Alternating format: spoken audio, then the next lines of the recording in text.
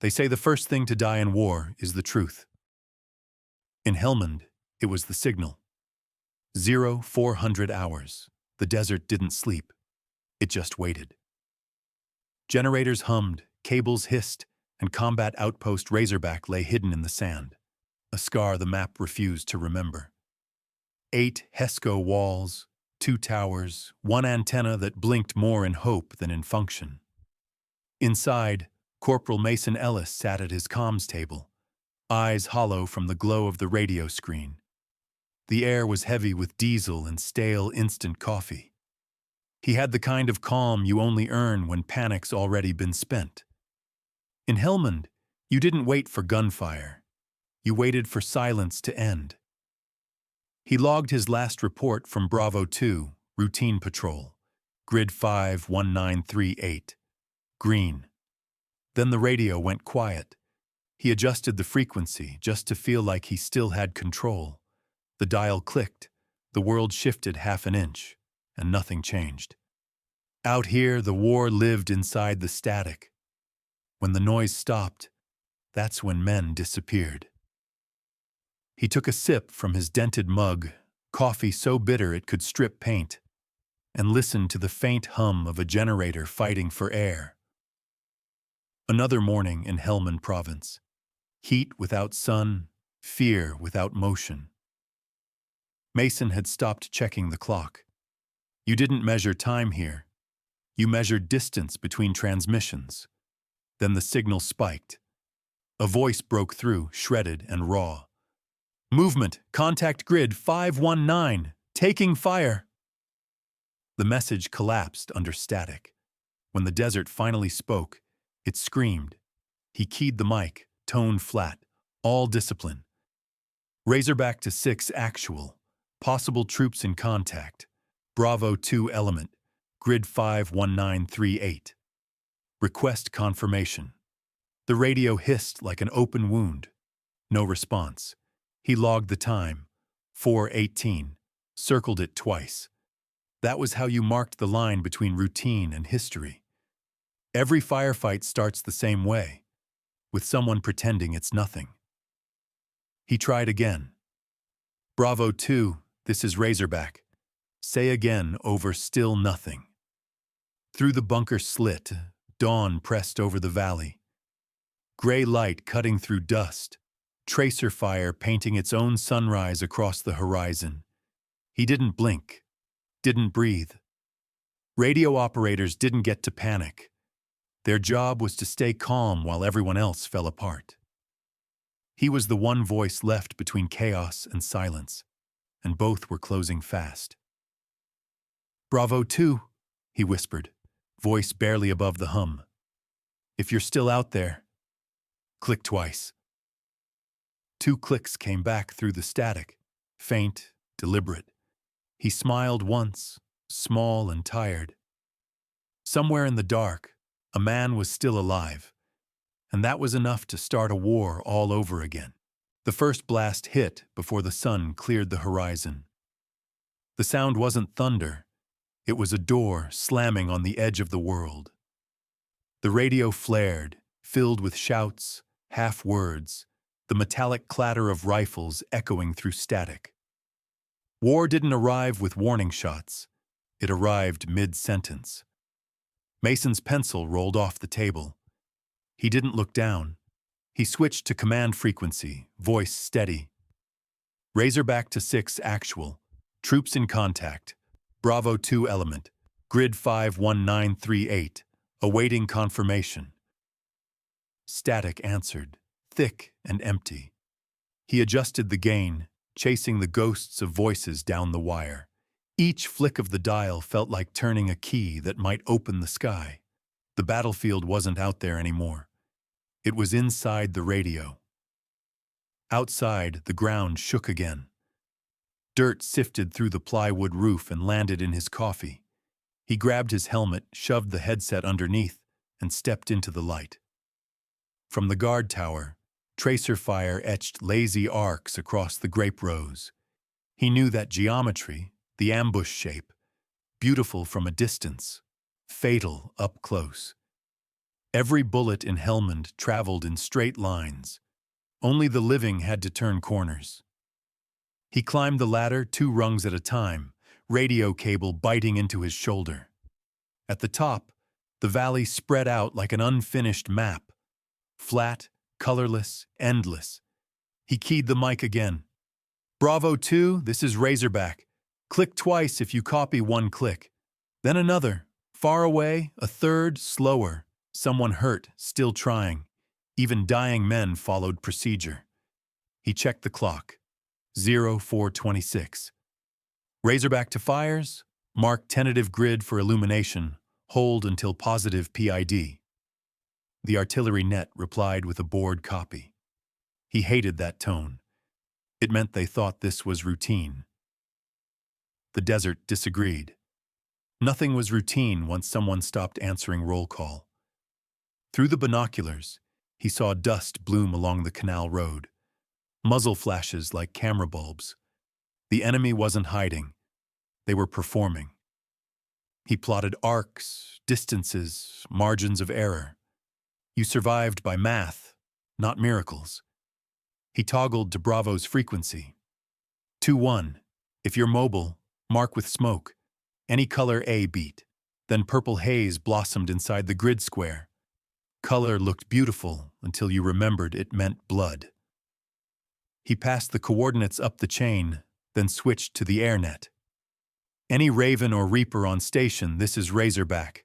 Eyes needed grid 51938, multiple friendlies pinned." Nothing.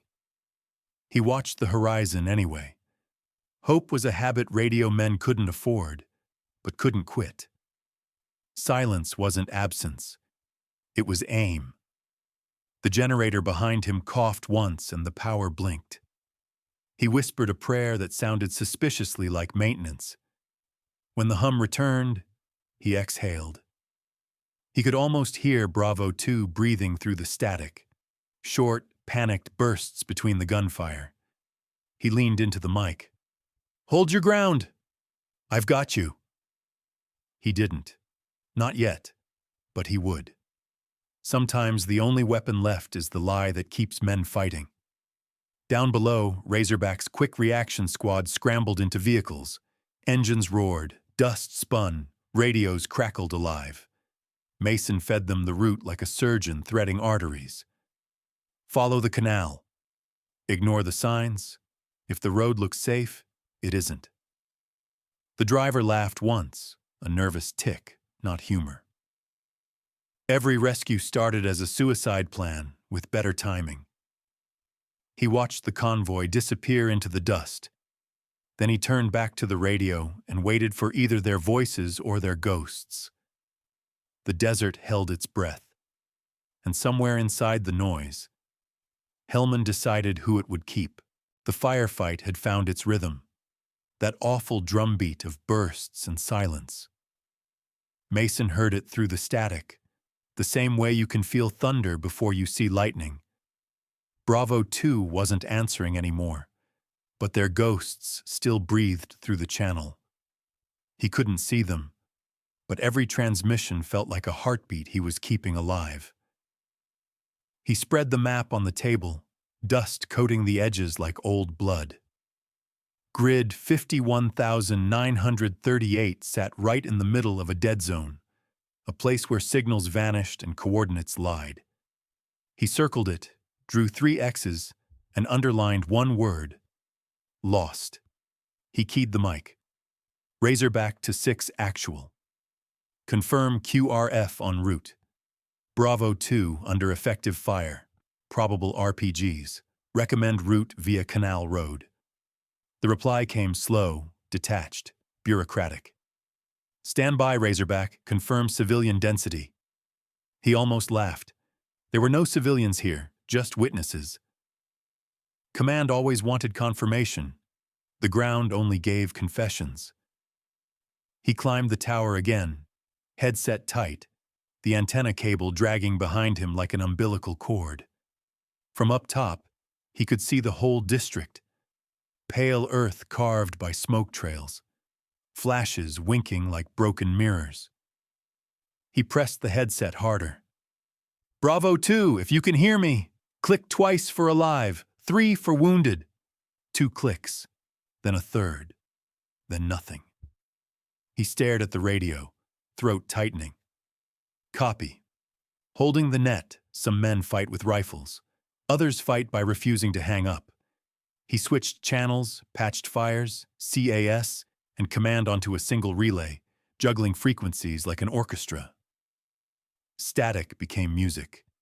He gave orders meant for officers who didn't know he existed. Razorback to fires. Smoke mission, 120 millimeters, grid 51938. Ring pattern, cardinal points, 50 meters out. The gun line answered, bored and professional. Copy, Razorback. Time on target 1 minute. He watched the horizon. Every strike meant someone was about to live or vanish. Accuracy was mercy disguised as math. 60 seconds later, the eastern sky bloomed white.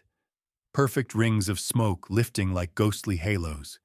He could almost see the enemy shift, outlines in the haze. He keyed air support. Any Raven or Reaper on station. Be advised, smoke mark in play. Target grid follows. Silence. Then a distant voice. Razorback, Reaper 2-1, we've got eyes. He smiled, thin and tired. It wasn't victory, just validation. When the sky finally answered, it didn't sound like God. It sounded like bandwidth. Reaper 2-1, confirm friendlies within smoke ring. Affirmative. 2 heat signatures, prone, multiple hostiles closing. He exhaled. Understood. Stand by for CAS handoff. He switched frequencies again, his voice steady, rehearsed, calm enough to sound like command. Falcon 1-1, this is Razorback. I've got your target set. Friendlies danger close. Ordnance hold until my mark, copy Razorback, holding hot. Air power was poetry until you realized every verse ended in fire. He checked his watch. 4:39. The quick reaction team was still 5 minutes out. 5 minutes in Helmand was an hour in any other war. He keyed Bravo's frequency again. If you can move, throw smoke. If you can't, stay flat and breathe. Nothing. Then, faint, hesitant, a hiss. He smiled again. That sound was life. Hope in Helmand didn't speak English. It crackled. He fed updates to every channel at once, multitasking between chaos and command like it was a muscle memory. His voice was calm, but his hands trembled. Reaper called back. Multiple hostiles shifting, rear wall, prepping RPG. Falcon 1-1. You are cleared hot. Back wall, single mud structure, south corner. The response was a streak of light that rewrote the landscape. Hell didn't fall from the sky. It was guided there by coordinates. The impact threw up a cloud that swallowed half the valley. When it cleared, there was nothing left standing but smoke and silence. He keyed the mic. Reaper, confirm effect on target. Good hits. No remaining movement. He checked the map again. 4 men alive. For now, every saved life cost another somewhere else. That was the math no one briefed. He logged it cleanly, dated, and timed. No drama, no pride. Just proof. Then he set the pen down and whispered, Bravo 2, Razorback. You're not alone, Static answered. Soft, warm, almost human. And for one impossible moment, the war sounded like it was breathing again. The smoke was still drifting when the call came in. A tremor in the headset, low and breaking. Razorback, this is Bravo 2. We're hit. Casualties. Ammo low. Then gunfire swallowed the words. Mason didn't flinch. He just pressed the transmit key, voice locked in training rhythm. Bravo 2, this is Razorback. Copy contact. You're not alone.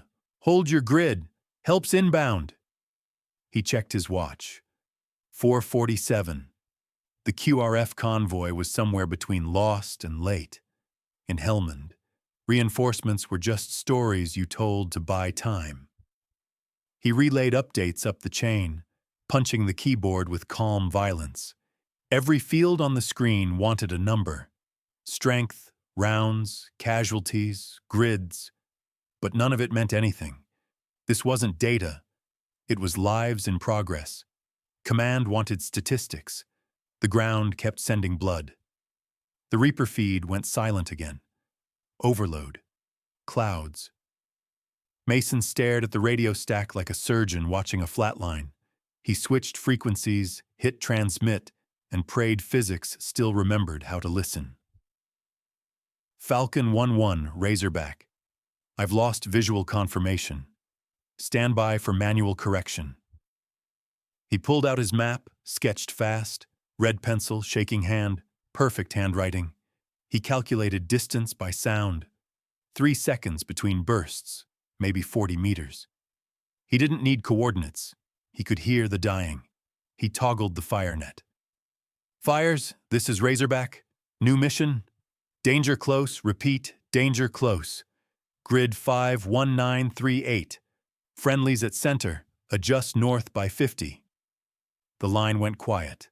Then the gunner's voice, cold and suspicious. Razorback, confirm. You're calling fire on your own? Confirm. There are 2 kinds of soldiers. The ones who wait for orders, and the ones who stop waiting. He heard the pause. That heavy inhale you take before pulling a trigger you'll regret. Copy. Time on target. 2 mics. Mason stepped out of the tower and into the dawn. The air was thick, warm, metallic. He could smell the battlefield like it was breathing on him. Some mornings, the sun rose over everything you were about to destroy. He keyed Bravo 2's frequency one last time. Rounds inbound, stay low. If you can, dig in, no reply. Just a single click. He nodded once, jaw tight. That click was a handshake in another language. Out here, the last thing you heard from a friend was a click instead of a goodbye. The ground shook. A series of thuds rolled through the valley. Low, thunderous, final. Smoke rose in perfect intervals, each cloud timed to the second. Mason didn't look away. He owed them that much. Precision was supposed to make killing cleaner. It didn't. The QRF net came alive. Razorback, this is Widow 1. We're on site, smoke everywhere, minimal return fire, proceeding to casualty pickup. He exhaled slowly. Copy, Widow. Watch your 6. You're standing in the blast radius. He could hear their boots crunching through glass and bone. Then the medic's voice cracked. We found 2 breathing. Others. The sentence never finished. Every rescue turned into inventory. He leaned back against the sandbag wall, headset sliding down his neck. His hands were shaking now, the kind of tremor you get when adrenaline forgets to leave. He reached for the pen, wrote 4 names, all that was left of Bravo 2. He didn't add his own. Heroes never wrote their names down. Someone else always did.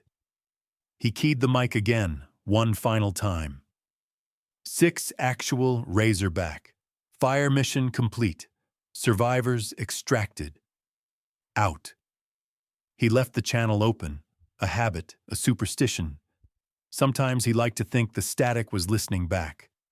The last transmission was never words. It was the sound of someone refusing to go silent. The smoke lingered for hours. Helmand didn't know how to let go. It just held on until the sun burned it out. Mason sat inside the shack, headset still hanging around his neck, the earpiece whispering a static so soft it almost sounded alive. Sometimes survival doesn't feel like winning. It feels like interference. The quick reaction team had returned, quiet and half-empty.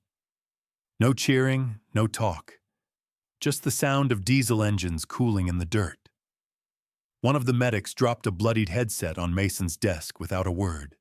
He stared at it.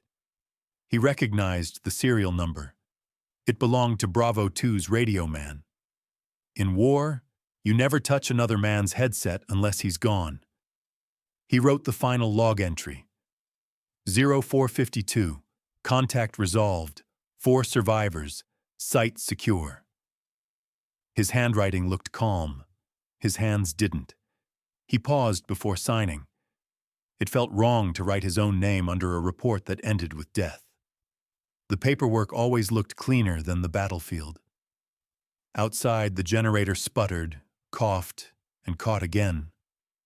Someone was already patching the holes in the HESCO wall, as if sandbags could erase memory. The smell of cordite hung in the air like burned rain. Mason stepped outside. The valley was quiet again. Too quiet. The kind of quiet that got men killed, then forgotten. Peace was just what the war sounded like when it was reloading. He lit a cigarette, though he hadn't smoked in years. The smoke tasted like the morning, dry, bitter, unfinished.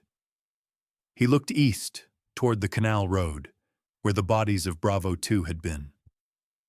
He thought about calling higher, giving the update in person. But he didn't want to hear his own voice anymore. The hardest part of holding the net is knowing when to let go. He took off his headset and placed it gently on the console.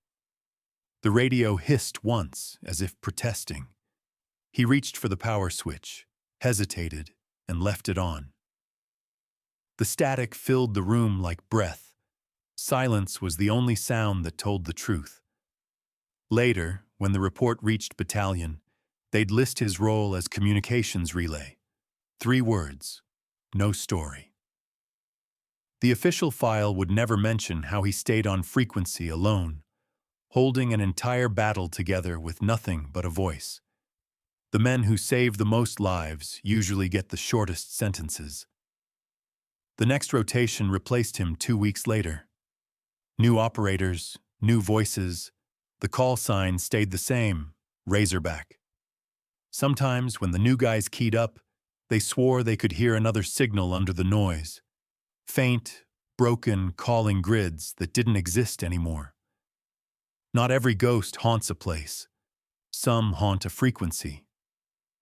At 2100 that night, the sky over Helmand turned orange. The generator failed for the first time all day. The radio went quiet. Completely quiet. Mason looked at the darkness outside the window and whispered one last time. Bravo 2, this is Razorback. You're clear.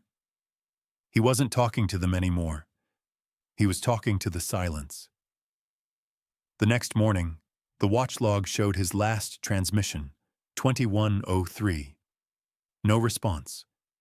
Just the hum of an empty net still powered on. The line never really went dead.